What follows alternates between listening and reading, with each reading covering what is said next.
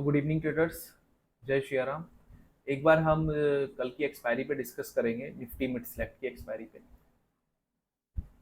Good evening traders, जय श्री राम।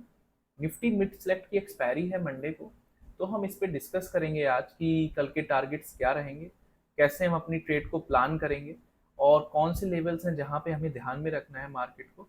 और जो रिजल्ट आया एचडीएफसी एएमसी का, उस पर भी हम डिस्कस करेंगे। और फ्राइडे का पहले हम एक बार ओवरव्यू कर लेते हैं, देन हम आगे मंडे का डिस्कस को स्टार्ट करते हैं।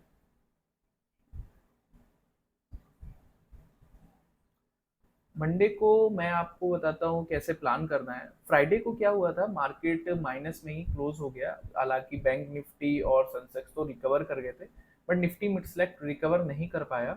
और अपने ये सपोर्ट 10,527 से सपोर्ट लिया था मार्केट मॉर्निंग में ही। मार्केट मॉर्निंग में सपोर्ट लेने के बाद रिकवरी किया और अपने हाई 10,725 को हाई करा, और जो उसके पिछले दिनों का ऑलमोस्ट लो था। ठीक है, तो हमें यहाँ पे क्या देखने को मिल रहा है, एक अच्छी सपोर्ट देखने को मिल रही है 10,527 पे। 10,500 के आसपास, 10,550 आप कह सकते हैं, 520 कह सकते हैं, इसके आसपास एक सपोर्ट, अच्छी सपोर्ट देखने को मिल रही है हमें यहाँ पे। और जो रेजिस्टेंस है वो अब हमारा ये 10,725 के आसपास हमारा एक रेजिस्टेंस रहेगा। कल की ट्रेड अगर हमें प्लान करनी है, कल का हमें ट्रेड को प्लान करना है, तो हमें कल के दो लेवल्स को बहुत ध्यान में रखना पड़ेगा। 10,520 के लेवल्स को या 550 के लेवल को, और जो पिछले दिन का हमारा फ्राइडे का हाई था 10,720 के लेवल को। इन दो के प्लान के बाद ही हम ट्रेड को अपने प्लान करेंगे। एक बार हम डिस्कस कर लेते हैं 15 मिनट की कैंडल पे कैसे प्लान करना है हमें ट्रेड को। मार्केट ऑलमोस्ट यहाँ से रिकवर हुआ था, ऑलमोस्ट यहाँ से सपोर्ट लेने के बाद, यहाँ पे मार्केट आने के बाद, डाउनग्रेड आने के बाद यहीं से सपोर्ट ले लिया, 10,550 के आसपास से सपोर्ट ले लिया मार्केट। ठीक है, नाउ यहाँ से रिकवर किया एंड फिर देखते हैं आप यहाँ पे दोबारा रेजिस्टेंस लिया 10,600 के आसपास, एंड फिर 10,650 एंड 10,630 से सपोर्ट लेके ऊपर चला गया मिड कैप हमारा। नाउ अब हमें प्लान कैसे करना है, मार्केट में कल क्या हो सकता है, कैसे हमें एक प्लान करना है ट्रेड को अपनी। और कल तो एक्सपायरी भी है, तो हमें ऑफकोर्स सेफली चलना पड़ेगा, सेफ ट्रेड करना पड़ेगा मार्केट में। सबसे पहले हम डिसाइड करेंगे जो हमारे टारगेट्स हैं। मार्केट अगर कल इसके ऊपर होता है, इसके ऊपर ओपन होता है, 10,700 के ऊपर ओपन होता है, तो हम अपने टारगेट को कैसे डिसाइड करेंगे। पहला target, second target and third target.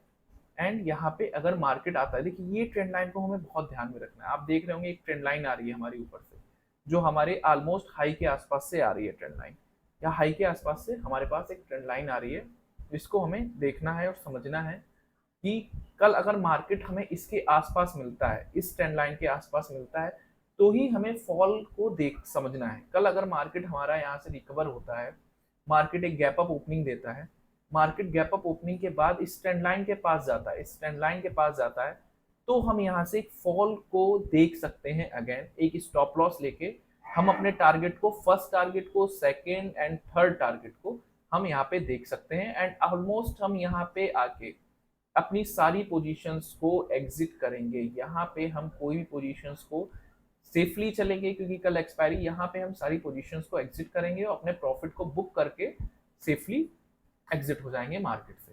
Then देखिए, लेवल्स को समझेंगे तभी पैसा बनेगा मार्केट में। मैं यही नहीं कहता कि आप बहुत बड़ा रिस्क लो, लेवल्स को समझो, देखो। मैं सारे चार्ट्स की लिंक, जो भी मैंने चार्ट्स बना रखे हैं, इसकी लिंक डिस्क्रिप्शन में डाल दूंगा, आप वहां से डाउनलोड करके सेफली ट्रेड कर सकते हो।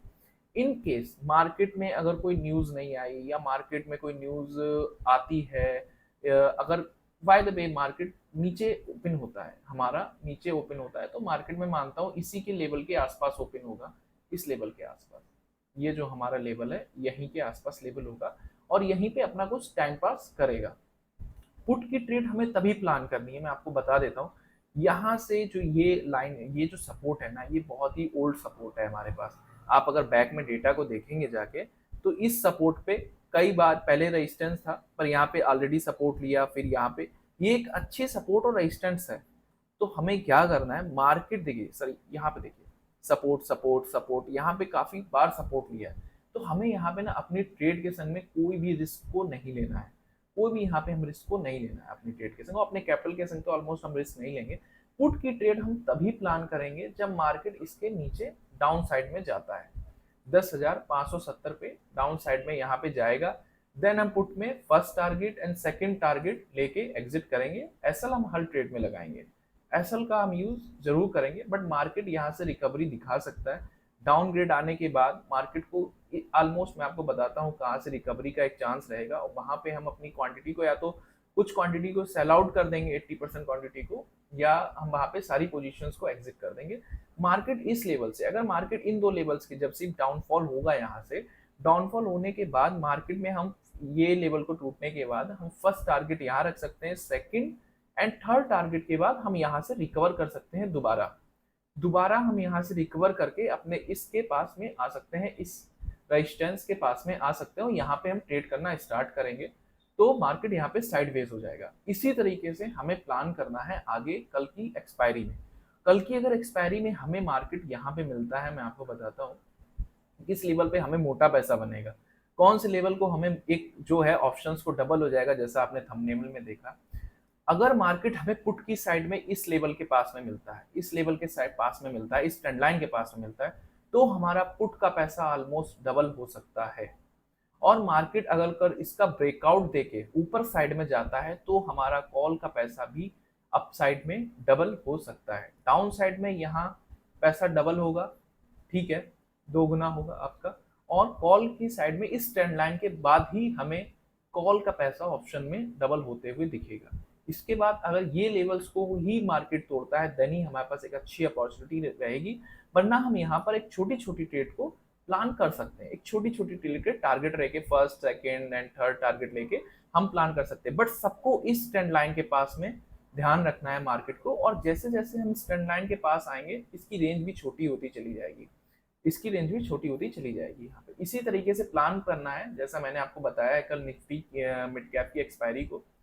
एंड वीकली पे एक बार डिस्कस कर लेते हैं कि वीकली पे क्या है, क्या सीन है। चार्ट पे अगर हम डिस्कस करते हैं तो आप यहाँ पे देख रहे होंगे एक ट्रेंड लाइन आ रही है, एक रेंज बनती चली आ रही है मार्केट के पास। ये मार्केट के पास एक रेंज बनती चली आ रही है जो इस तरीके से मार्केट के मूवमेंट को दिखा रही है, ठीक है। अब हमें यहाँ पे वीकली चार्ट भी मैंने डिस्क्रिप्शन में डाल दिया, कैसे प्लान करेंगे। देखो मार्केट में ये बात तो तय है कि डाउनफॉल इस लेवल के बाद ही आएगा। ये जो लेवल है हमारा, इस लेवल के बाद ही मार्केट में डाउनफॉल आएगा।